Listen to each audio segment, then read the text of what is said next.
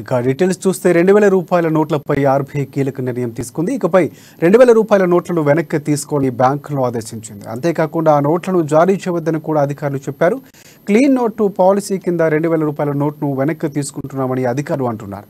ఇక సెప్టెంబర్ 30 లోపు 2000 రూపాయల నోట్లను బ్యాంకుల్లో మార్చుకోవచ్చని, డిపాజిట్ కూడా చేసుకోవచ్చని అధికారులు వెల్లడించారు.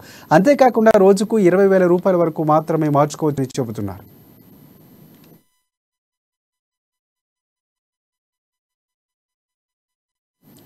2018లోనే 2000 రూపాయల నోట్ల ముద్రణ నిలిచిపోయింది. అప్పటి నుంచి 2000 రూపాయల నోటు చలామణిలో కూడా లేదు, ఏటీఎంలో బ్యాంకులో కూడా కనిపించడం లేదు. ఇక బ్యాంకులతో పాటు 19 ఆర్బీఐ రీజనల్ బ్రాంచుల్లో 2000 రూపాయల నోట్లను మార్చుకోవచ్చని అధికారులు ప్రకటించారు.